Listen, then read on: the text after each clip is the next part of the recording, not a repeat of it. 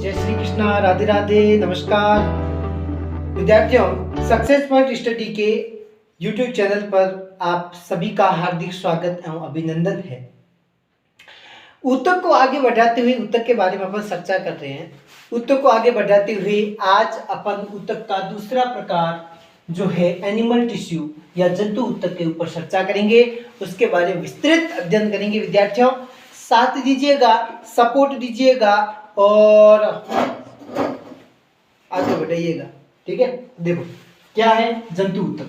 समान संरचना, कार्य एवं भ्रूणीय उत्पत्ति वाली कोशिकाओं का समूह जो एकत्रित होकर विशिष्ट कार्य को संचालित करता है।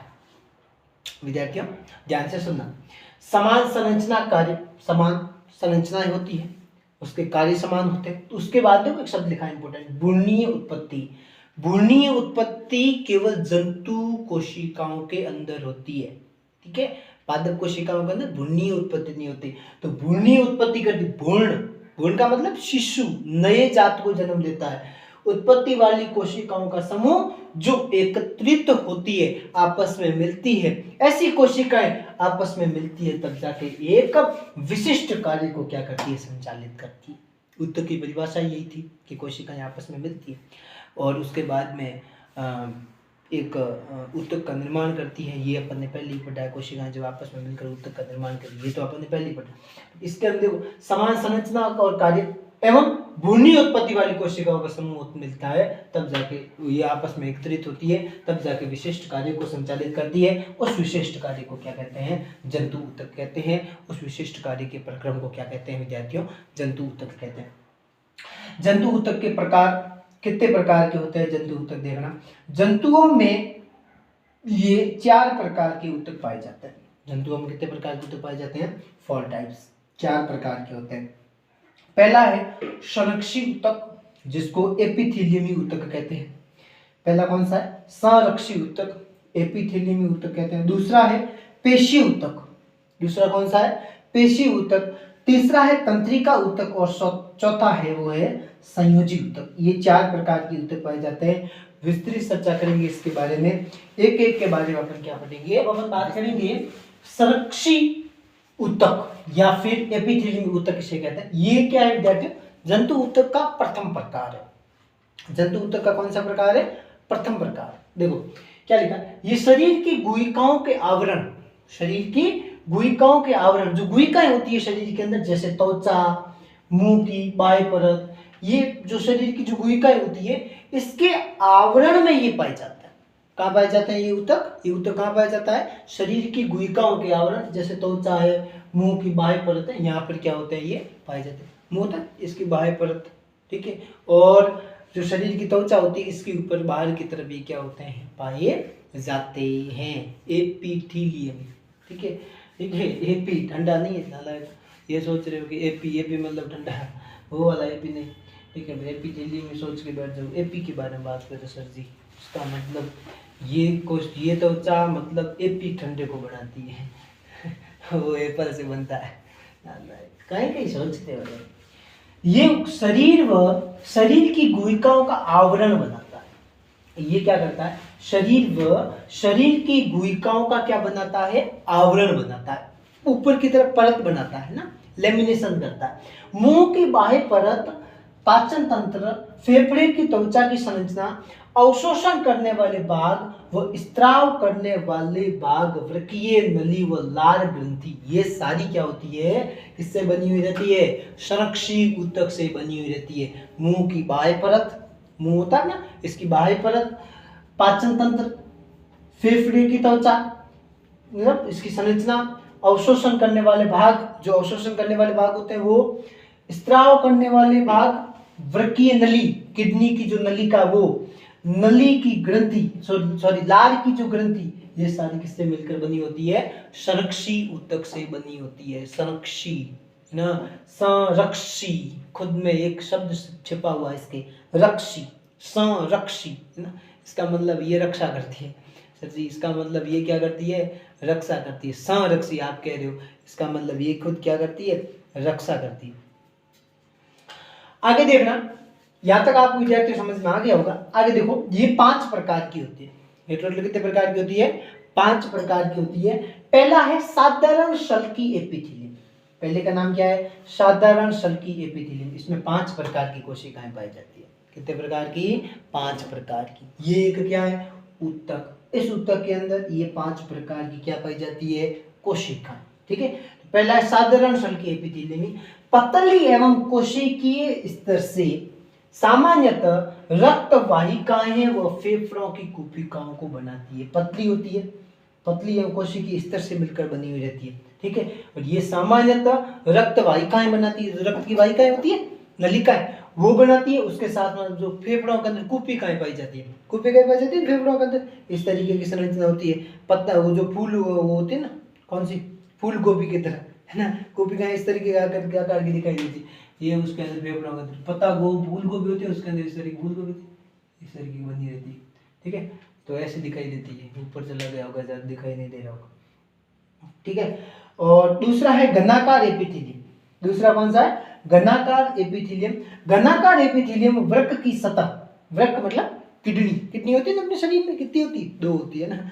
एक मतलब कहा जाता है कि आप अगर दुनिया के अंदर अपने आप को अगर गरीब समझते हो ना, तो आप बिल्कुल भी गरीब नहीं हो। मैं गरीब हूँ, मेरे पास में पैसे नहीं है, नहीं, आप करोड़ों के संपत्तिदार हो। कि आपके अंदर 2 किडनियाँ होती हैं। 2 किडनियाँ होती है। वो 2 किडनियाँ बेचो और मौज करो। दोनों बेच ली चल जाएगा, दोनों मत बेचना, एक बेचना। ठीक है, एक बेच के एक से चल जाएगा। नहीं तो दोनों बेचोगे फिर वो पैसे कौन किसको खिलाओगे? तुम तो जय श्री राम हो जाओगे, है ना। सर जी आइडिया तो अच्छा दिया है। एक किडनी बेचेंगे, उसके बाद में मस्त मौज करेंगे। हाँ करना, फिर पता चलेगा। एक बार मौज में एक बार मौज का सोच लोगे, उसके बाद में मौज नहीं होगी। फिर तो क्या होगी, फिर आप ही सोच लो। ठीक है, घनाकार एपिथेलियम वृक्क, वृक्क का मतलब किडनी की सतह और वृक्कीय नली ना, किडनी वाली जो नली, वह लार ग्रंथि की नली के अस्तर का निर्माण करती है। वृक्क की सतह, वृक्कीय नली और लार ग्रंथि की ये क्या करती है? नली की स्तर का क्या करती है? निर्माण करती है। कौन सी कोशिकाएं पाई जाती है उसके अंदर? घनाकार एपिथेलियमी ऊतक इनके अंदर पाई जाती है। तीसरी आती है स्तंभाकार एपिथेलियम। तीसरी कौन सी है? स्तंभाकार एपिथेलियम। ये कोशिकाएं स्तंभाकार होती है, स्तंभ के आकार की होती है। पोल ना, क्या होती है? पोल। ओ मारवाड़ी में क्या कहते हैं पोल को? पहले लगाते थे ना अपने, वो झोंपे वोंपे बनाते, उसके अंदर बीच में लगाते हैं थम्बो। क्या होता है? थम्बो बीच में होता है, सेंटर पॉइंट, मिड सेंटर कोशिका है, कोशिका के अंदर होता है बीच में केंद्र, है ना। ऐसे वो अपने पहले वो बड़ी बड़ी बनाते थे, एक बड़ा बड़ा झोंपड़ी, जिसको मारवाड़ी में आरा कहते थे। क्या कहते हैं? आरा। अब उसके बीच में क्या, उसको अगर ऊपर से कोई बड़ा सा कोई आके कुछ गिर जाए, ठीक है, और मतलब उससे बचाव के लिए बीच में एक स्तंभ लगाते थे। क्या लगाते? स्तंभ, जिसको क्या कहते थे? थोम्बा कहते थे। क्या कहते थे? थोम्बा। हाँ, थोम्बली। थोम्बली टेल मत ही नीचे पड़ जाए, ठीक है।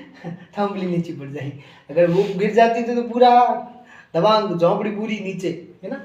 तो वो स्तंभाकार कोशिकाएं होती थी। सर जी क्या? नहीं, वो स्तंभाकार कोशिकाएं नहीं होती थी। ये स्तंभाकार एपिथेलियम इसमें होता है। इसके अंदर स्तंभाकार मतलब कोशिकाएं होती है, स्तंभ के आकार की होती है ना। मैं थोम्बा, आप वो थोम्बा समझते थे ना, वो थोम्बा तो समझते हो? हाँ, तो उस थोम्बे का क्या है कि उसके आकार की बीच में तरीके से बीच में पाई जाती है, स्तंभ के आकार। ठीक है, ये आंतों की सतह पर पाई जाती है। आंत होती है, आंत, छोटी आंत, बड़ी आंत, उनकी सतह पर ये क्या होती है? पाई जाती है। चौथी आती है ग्रंथिल एपिथेलियम। चौथी कौन सी है? ग्रंथिल एपिथेलियम। आंतों की सतह, त्वचा, आंतों की सतह और त्वचा के अंदर ये पाई जाती है। ठीक है, ये क्या करती है? पाचक एंजाइम और रसों का स्त्राव करती है। जो रस बनते हैं ना, उसका स्त्राव करती है। और आंत की सतह पर और त्वचा पर ये क्या होती है? ग्रंथिल एपिथेलियमी कोशिकाएं पाई जाती है। अगला आता है 5वां प्रकार, लास्ट, पक्षमापी एपिथेलियम, है ना। कैसी कैसी एपिथेलियम है? पक्षमापी एपिथेलियम। कुछ अंगों की कोशिकाओं की सतह पर, जो कुछ अंग होते हैं उनके कोशिकाओं की जो सतह होती है वो कैसी होती है? पक्षमाप। पक्षमाप मतलब धागे जैसी रचना होती है। है ना, पक्षमाभ पाई जाते हैं, मतलब धागे जैसी रचना पाई जाती है, जैसे श्वास नली, गर्भ नली, गुर्दे की नलिका, ठीक है, ये सारी क्या होती है, धागे जैसी रचना होती है, क्योंकि इनके अंदर क्या होता है, पक्षमाभी एपिथेलियम पाया जाता है। क्या पाया जाता है, पक्षमाभी एपिथेलियम पाया जाता है, ठीक है। ये ऊतक पदार्थों के चलने में सहायक होते हैं, पदार्थ होते हैं ना, उनको चलने में ये ऊतक क्या करते हैं, सहायता करते हैं। तो आज के लिए विद्यार्थियों इतना ही। तो कुछ बातें मेरी ध्यान से सुनना। क्या सुनते कि कर्म किए जा फल की इच्छा मत। गीता के अंदर भगवान कृष्ण ने क्या लिखा था कि अर्जुन, हे सखा, हे मेरे मित्र, ऐसा करो, ऐसा करो, कैसा कि कर्म किए जाओ, फल की इच्छा मत करो। मित्र, कर्म करोगे तो ही फल मिलेगा, अगर कर्म नहीं करोगे ना तो फल नहीं मिलेगा, इसलिए कर्म किए जाओ, ठीक है। एक किसी खेत को बोने के लिए माली कितनी मेहनत करता है, अगर उसको माली वो खेत को छोड़ देता है तो क्या मेहनत कर पाता है, क्या वो खेत पूरा हरा भरा हो रहा होता है, उसको क्या फसल मिल पाती है, नहीं मिल पाती। इसलिए किसी भी महान विस्तृत अगर अपन को अनाज प्राप्त करना है, फसल प्राप्त करनी है, तो विद्यार्थियों मेहनत कीजिए। आज के समय में तो बताया कंपटीशन कितना हो गया, इतना कंपटीशन हो गया है पूछो मत। अगर मेहनत करोगे तो ही सक्सेस हो पाओगे, अगर मेहनत नहीं किया तो सक्सेस क्या बेटा, फिर ना भीख भी कोई नहीं डालता अपने आप में। अपने कोई आस घर में अड़ोसी पड़ोसी मतलब अड़ोसी पड़ोसियों में कोई भिखारी आता है तो वो अपन क्या उसको एकदम आराम से सीधा ही भीख डाल देते, नहीं डालते, ठीक है। पहले 2 बातें उसको सुनाते हैं कि टाटा कटा जाके मजदूरी करना ना, पहले उसको भाषण देता है, तो कोई नहीं देता, भीख भी कोई नहीं देगा। इसलिए मेहनत किए जाओ, मेहनत करोगे तो सब कुछ होगा, मेहनत नहीं करोगे तो कुछ नहीं होगा, ठीक है। इन्हीं बातों के साथ में मैं अपनी वाणी को करता हूँ विराम, ठीक है। राधे राधे, जय श्री कृष्णा, राम राम, नमस्कार।